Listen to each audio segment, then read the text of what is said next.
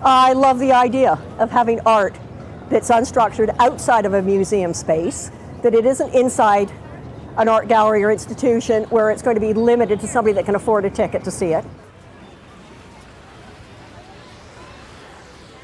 My interest actually stemmed from a formal quality of, this is a project that is sculpture that walks the line between fine art and kind of media frenzy in a sense.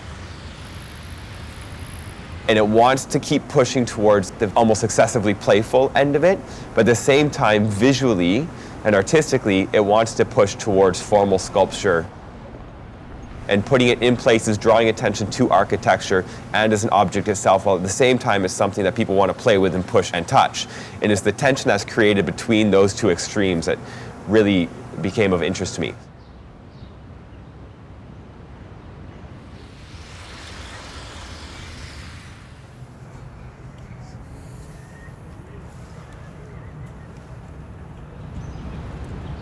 I think one of my hopes for Toronto was that I had this sort of storyline in mind, which had the new AGO building on one end as a sort of modernist landmark. And on the other was actually the Steam Whistle Brewery, which is linked to Toronto's agrarian history and used to be a train depot.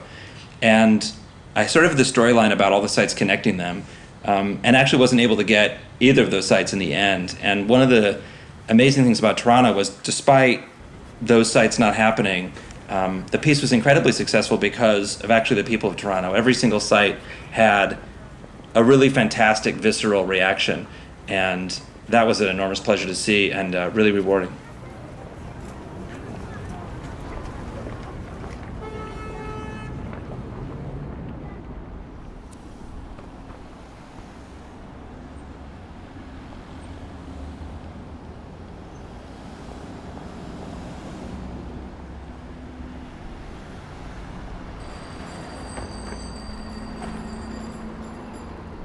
The city absolutely wants to get culture into the spaces of the Toronto citizens. In Kurt's instance, the Red Ball moves around the city and has different impacts on people around the city. And it really breaks down the boundaries between the art we see in galleries, where the immediate impulse of people is to not touch it. In fact, they're not allowed to touch it. If you touch it, you will get yelled at by the security guard.